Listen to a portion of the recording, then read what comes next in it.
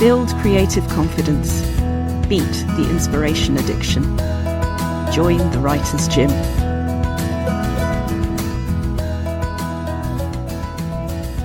J.D. Barker is a New York Times and international best-selling American author whose work has been broadly described as suspense thrillers, often incorporating elements of horror, crime, mystery, and the supernatural. He is a frequent collaborator with James Patterson and has written numerous best-selling titles which have appeared on the bestseller lists around the world. So, really nice to see you, JD.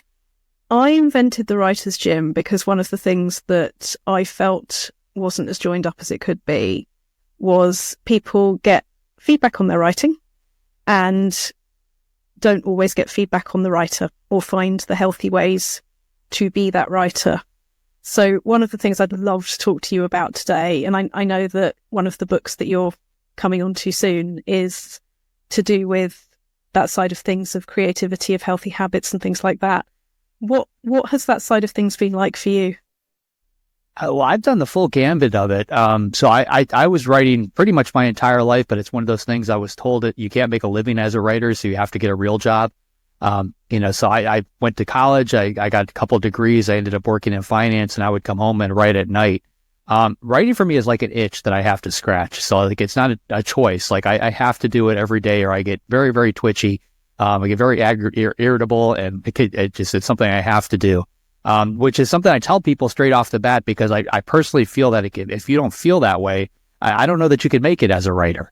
Like you have to really want this, because I've met so many people that are, that I want to write a book, and but they hate the actual process. They hate getting in the chair. They hate sitting in front of their computer and putting words on paper. And like, if you don't love it, like this is such a difficult job to begin with. If you're not completely into it, it's near impossible. But when I was in the corporate world, I squeezed out about 200 to 300 words a day. And I would write anywhere I could. I was working 60, 80 hours a week. But I would write in line at the grocery store. I would write, during my lunch break. I always found a way to get it done.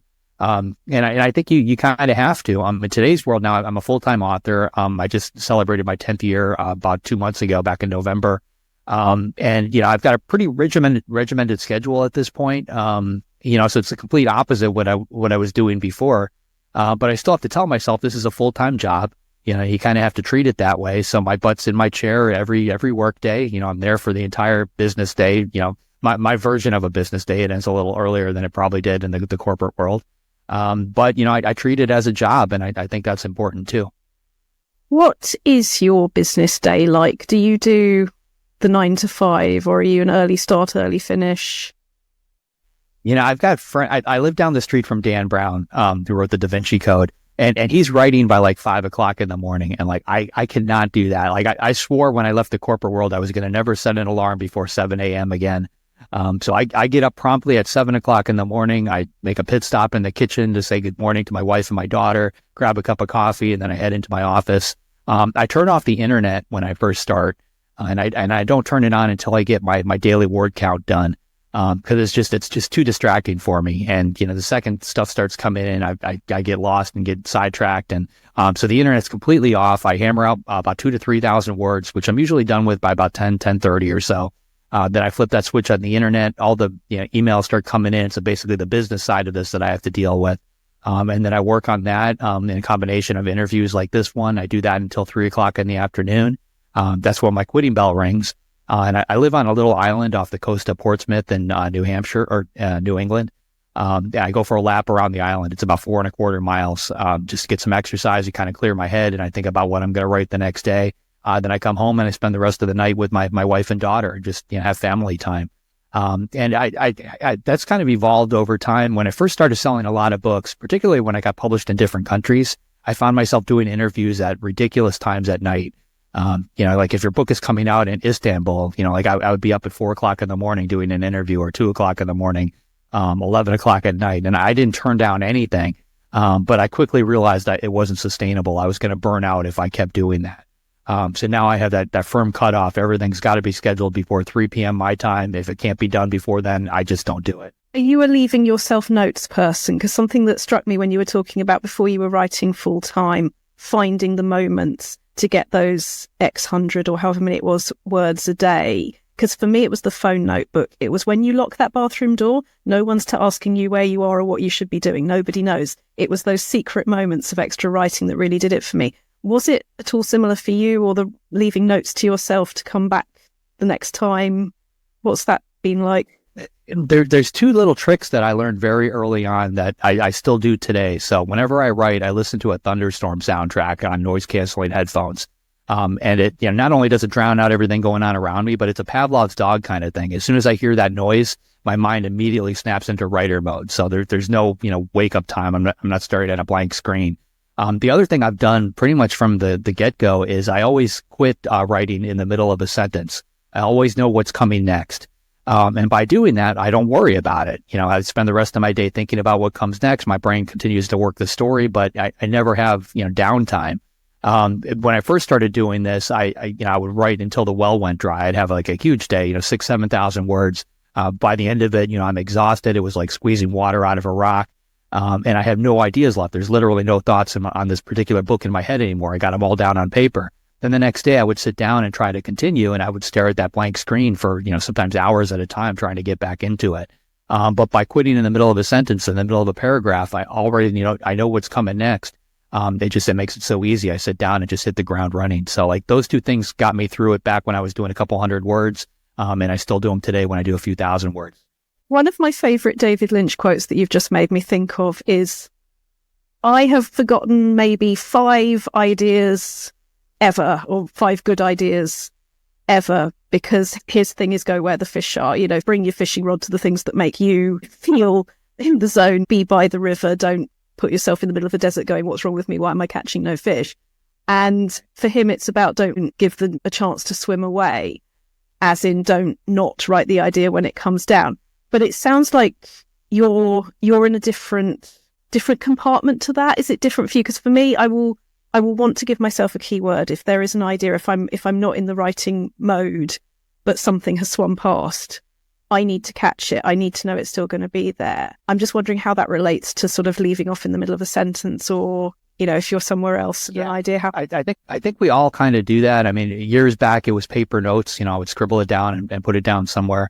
I learned very early on, like when you wake up at 3:00 in the morning and you get an idea for your book, you'll tell yourself you're going to remember it in the morning, and you never remember it in the morning. So I've always written it down. And in today's world, I use a program called Simple Note. And what I like about it, it's on my phone, it's on my Mac, it's even on my watch, and everything is synced. So if I get an idea, even while I'm out on a run, I can literally just say it into my watch, and it'll transfer it into text and drop it into these other things. So it's just always there. It's always backed up. So that's what I do today. But yeah, I feel you need to write all those down. And that's depending on who you ask, you'll get very different answers on that. Stephen King has famously said many times that he doesn't write any of his ideas down. If he feels they're strong enough to be worthwhile, he's going to remember them. But I feel like I'm juggling too many books. I'm writing 8 different ones right now all at the same time. So to not write stuff down, I think I would go insane. I second the going insane if the ideas do not land somewhere safely, that you want to know they're okay. That's the other. Yeah. I mean, I think that there's part of that too. Like if you have an idea and it's in your head, for me, I got to get it out of my head, or I'm constantly thinking about it. And if I put it down on paper, I write it down in Simple Note. Now I know it's someplace safe. I can move that brain power onto something else. Something that is a big reality for a lot of us is that there are the multiple projects, there are the multiple brain tabs open. And I know you write, you have a column for Rolling Stone as well, don't you, as well as the books? Yeah, because I have trouble saying no. It's like when Rolling Stone calls and asks if you'd like to write a column for them, it's hard to say no to that. So I do it. I'm currently writing a bunch of books with co-authors. I write with James Patterson quite a bit. I've got solo titles coming out. So I'm juggling a lot of different balls. When you were a little way back career-wise, maybe pre-Rolling Stone, maybe pre a few books, what worked for you in terms of chasing or choosing or pitching to things like that? Was that something you went through, made selections like that as a freelancer? I sort of came out of that world. So if we go way back in time, when I was in college, I was in school for business and for finance, but I was working for RCA Records. And I was essentially a glorified babysitter. I was in South Florida, and whenever they had a recording artist come to town, I'd have to pick them up at the airport, get them to their concert, get them to their radio station, get them to their hotel, and get them back on their airplane. And, sometimes I had some very famous people with me for 3 or 4 days at a time.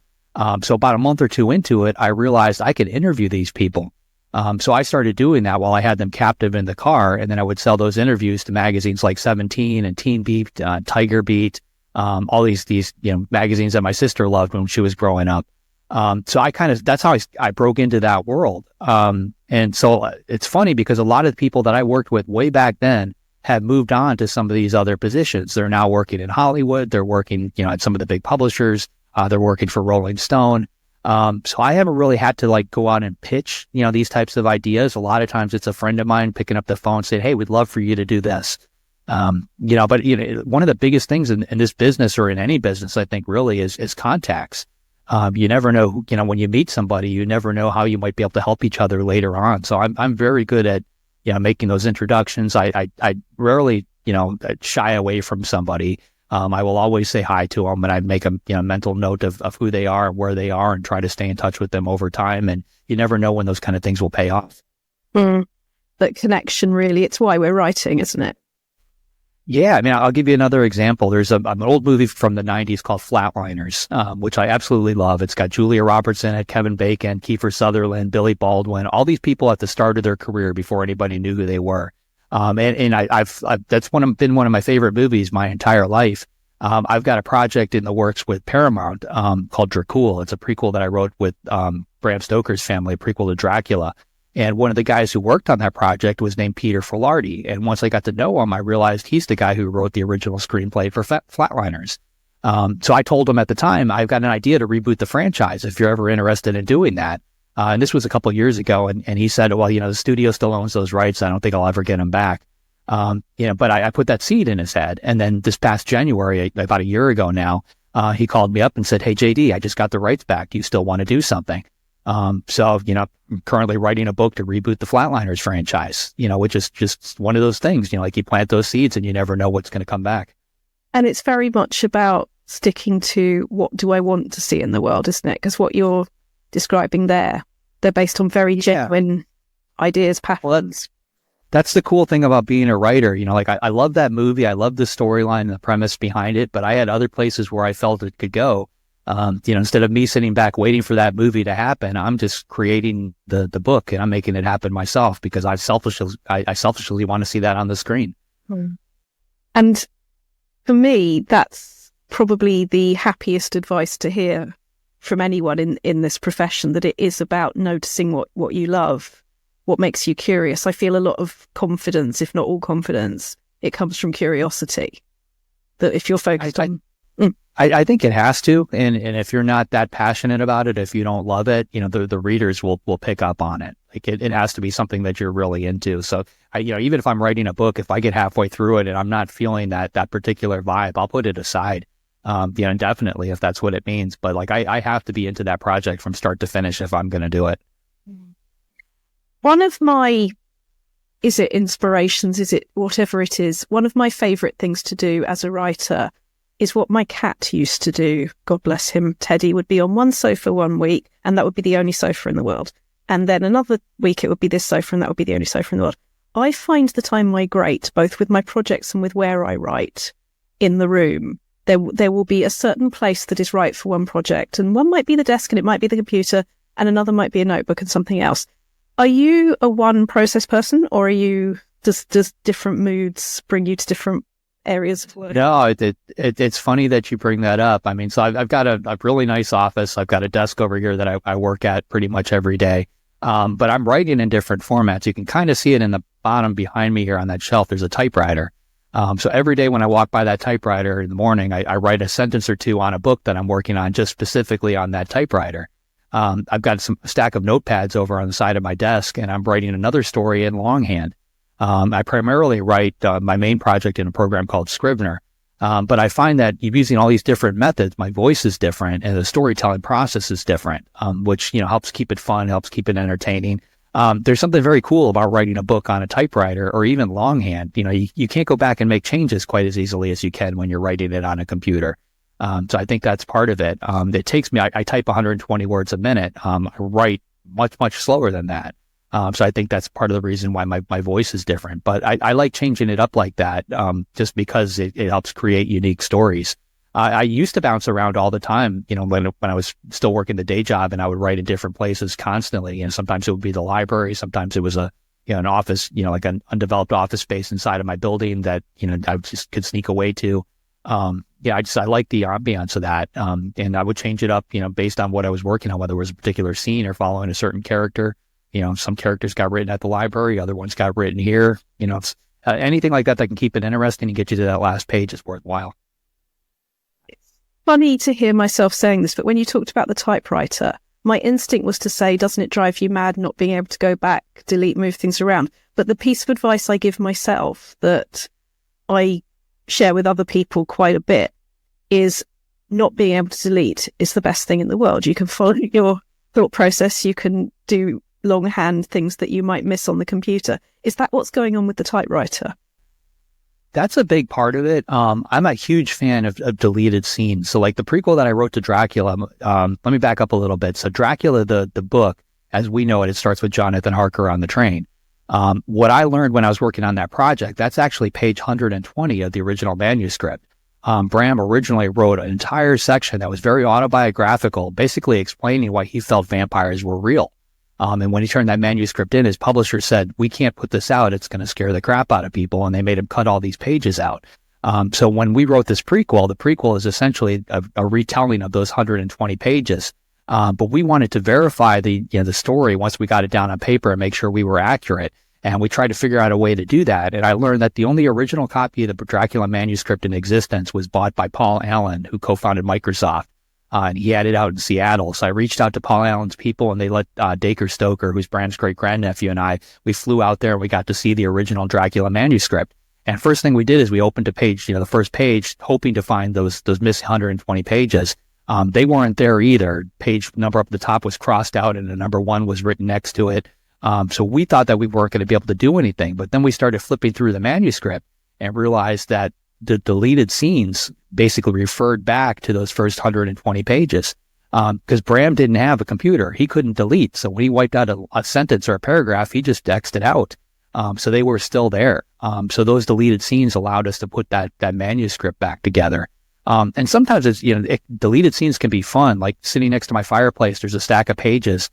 That's the original typewritten manuscript for Needful Things from Stephen King, which he wrote on a typewriter. So sometimes I'll flip through it, and to me, it's very inspirational to see his handwritten notes to figure out what Stephen King felt needed to come out of that book.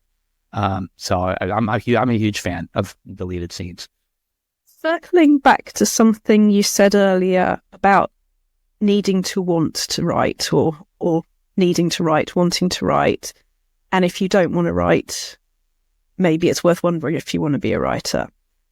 While I agree with that, I also know the power of fear to disguise itself as, nah, don't want to, or nah, I'll do it another day. And while when we're doing it professionally, we find our workarounds for that. When it's newer, or when it's still a dream rather than a goal, when people haven't put their plans in place yet, that can be a whole other thing. What would you say to people who pretty much do want to write? I mean, anyone who's turning up to the Writers' Gym at the podcast or a member of it, they know they want to. We all know we want to. But fear, procrastination, perfectionism, all of those things can be pretty efficient barriers between what we want and what we fear. What would you say to those people who are still in there? I mean, the barriers, I think, is a great word, but at the same time, we manufacture those ourselves, right? So to me, writing is very much like going to the gym. If you go to the gym every single day and you lift this certain amount of weight, it gets easier. You can lift more. You can do more. Writing is the same thing. So as daunting as it may be, if you write every single day, if you set a goal of 200 words a day and you do 200 words a day, you're going to find that it's very easy to push on to 300, 400, 500, 1,000, 2,000. The more often you do it, the easier it gets. I used to try to write kind of in the method that you said, because I was working so many hours. I was thinking, well, I can only work on Saturdays. I can try and squeeze this in on holidays. To me, it wasn't effective because so much time went by between those writing sessions. My voice was actually different. My writer voice was different. I would have to go back and read what I had written previously just to refresh myself on the storyline and remember where I was. Like all these things kind of add to those barriers, but we're manufacturing that. So just sitting down every day, it gets easier and easier to do. And even if I get stuck on something, and I feel like I don't know where the story is going, if I sit down at my computer, usually it comes to me almost right away. But if I don't do that, I could go hours, I could go days, thinking that I'm stuck. But then literally, as soon as I sit down to start working on it, the words are there. So it's easier to actually do the writing to me than it is to not do the writing. Easier to do the writing than to not do the writing. I so agree with that. Another thing we talk about at the Writers' Gym is the emotional weightlifting. That the reason I think for that is that your body, your brain, it becomes more familiar, doesn't it? The writing becomes more part of what we do. Whereas if the procrastination becomes familiar, the procrastination becomes reassuring, but the writing can be reassuring. Yeah. The procrastination can dominate that entire process and keep you from doing it if you let it. Again, I think it's easier to do it. Do you have a favorite book, either that you're working on or that you have done in the past? And how much of that is, if you do have any favorites, do they tend to be for the experience of writing it or what's enjoyable to read now? Or is that like asking if you have a favorite kid? I was just going to say that is very much like asking if you have a favorite kid. To me, my favorite book tends to be whatever book I'm working on now, because I get excited about that current project. But it's funny because I'm 12 books in, I think, at this point. And I've been all over the world, meeting with fans. And a lot of times for the first time, like I was just in Budapest, never been there before. I think I've got 5 or 6 titles that have come out there already. And I had like 1,000 people that showed up for the talk and signing that I did. And they all had like stacks of my books. And the one book that I saw over and over again is this title called She Had a Broken Thing Where Her Heart Should Be, which was a book that like my agent didn't want. It was because it's super long. It was 210,000 words, I think. It's almost 1,000 pages printed. My agent's like, there's no way we could sell this. It was different from what I was previously writing because prior to that, I had a serial killer series called The Fourth Monkey, which had really taken off. I mean, it's still selling well today. And the problem is when you write something that hits really big, everybody wants, from the industry side, they want that same book again, but different. And I didn't want to get caught in that pigeonhole. So I kind of wrote this other book, which is very different. It's basically my retelling of Great Expectations, which is probably my all-time favorite book. But the funny thing is, like I go to places like Istanbul, I go to places like Budapest or Spain or, wherever. Like that's the one book that people put in front of me consistently and say, this is my favorite. This is my favorite. All around the world. It's my wife's favorite, which probably says something. Like maybe I should have listened to her from the get-go. So I think from a fan standpoint, that's probably the favorite book out there. For me personally, it was probably my funnest one to write. But the book I'm working on now for Flatliners is a lot of fun too. So I know the next one's going to be a good time. That's part of the enjoyment of this is just knowing like I know what my next book is going to be. And like it's dangling in front of me like a carrot. Like I want to get out there and just get working on it. One of the deep worries I see with a lot of clients is when we get through all the nonsense your brain says about what if it's not interesting, what if it's too weird, what if it's not original enough, what if it's too original, all the ways that your brain can get in your way when it's early on. One of the sort of next layers that I love talking to published authors about is there can be a worry I'm telling the same story. And what I tend to say about that is we've all got a story somewhere deep that we are revisiting and we are retelling. Is that something you think about, a sort of what is the heart of my stories, or what is the thing that I come back to? Because there's certain things that I see myself doing, like with Twisted Branches, with my last short story collection, the idea of 5 generations in one family house and how they knowingly and unknowingly mess up and light up each other's lives. That for me felt exciting because it was what I suppose I'm asking about people, about the influences that we don't know we have over each other. I think that's something I keep going back to. Do you feel like you have something you keep going back to, or is there something maybe in Great Expectations that you mentioned that was maybe a sort of light that started it? I am very careful to not be repetitive, but it does happen. I think that's more of a subconscious thing. I think our brain wants to go back to a lot of these places and these scenarios. So we have to learn to spot them and weed them out. I've been very careful just to make sure that I don't tell the same story over and over again. I write horror novels, I write thrillers, I purposely bounce back and forth. All these things completely aggravate the people on the business side of this. Like my agent hates it because she would love nothing more than to be able to say, this guy is a thriller author, and allow publishers to sell me as a thriller author. But I like to bounce around in the different genres. I don't want to tell that same story over and over again. Lee Child is a really nice guy, fantastic storyteller, but he's not really Lee Child. If you go to his Wikipedia page, it actually gives you his real name. Before the Reacher books took off, he had written a number of different books under different names, and the Lee Child pseudonym, those Reacher books were the ones that actually hit really big. So before he knew it, he was stuck writing a Jack Reacher novel every single year, over and over. And while that was entertaining, to us as readers, as an author, he got bored with it. He's retired now, probably because he didn't want to write another Reacher book.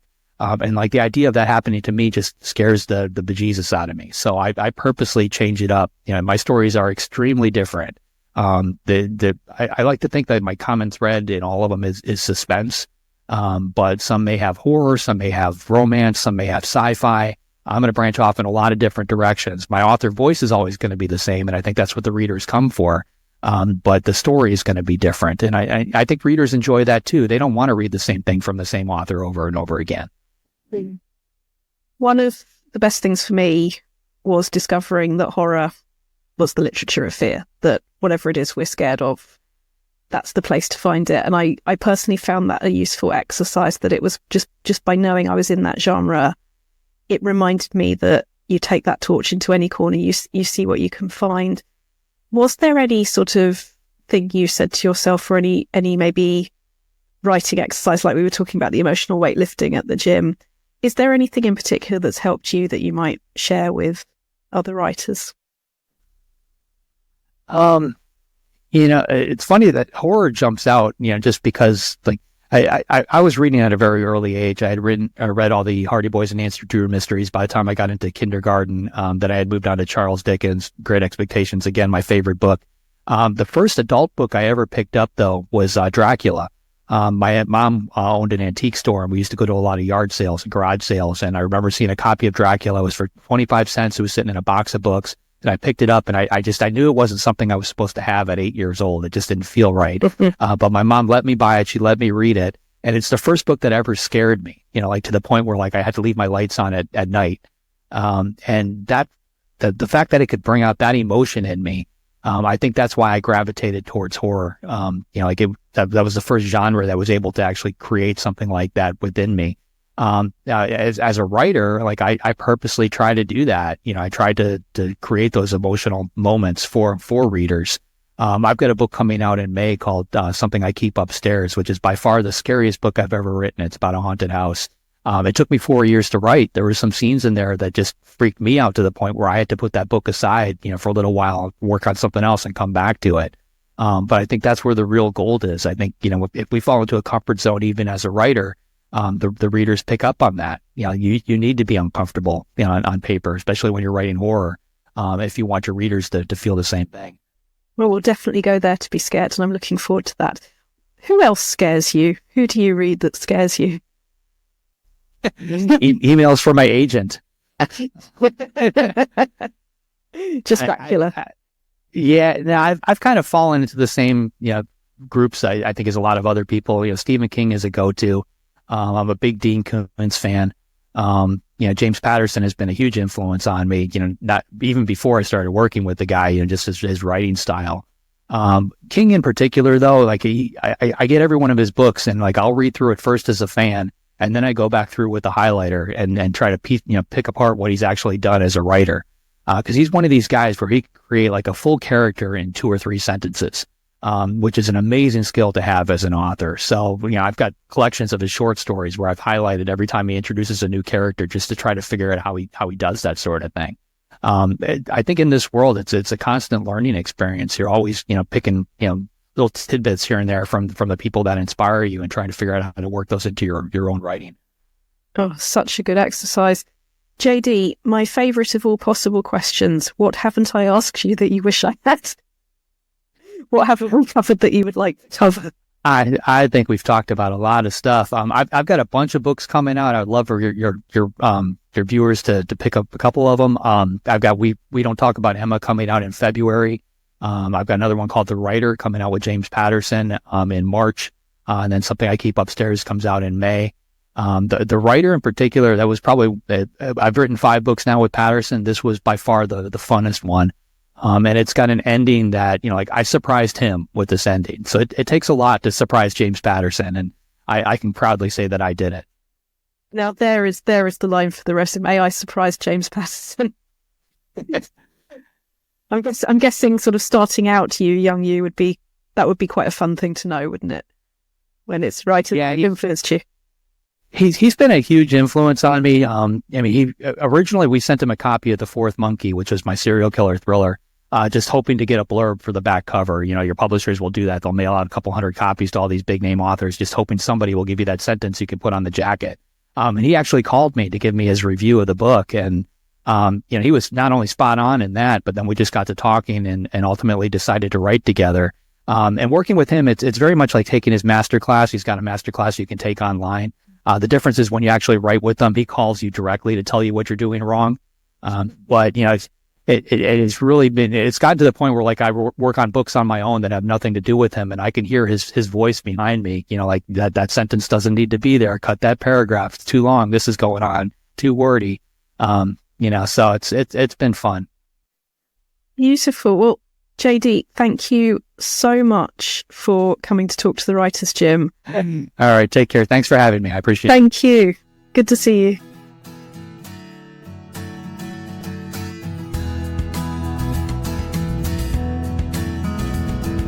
You've visited the Writers' Gym with author and coach Dr. Rachel Knightley. Production and sound design are by Ashley Lexine, and theme music is by Chris Gregory. To join a Writers' Gym workout online or in London, as a guest or as a member, visit writersgym.com or email thewritersgym@rachelknightley.com.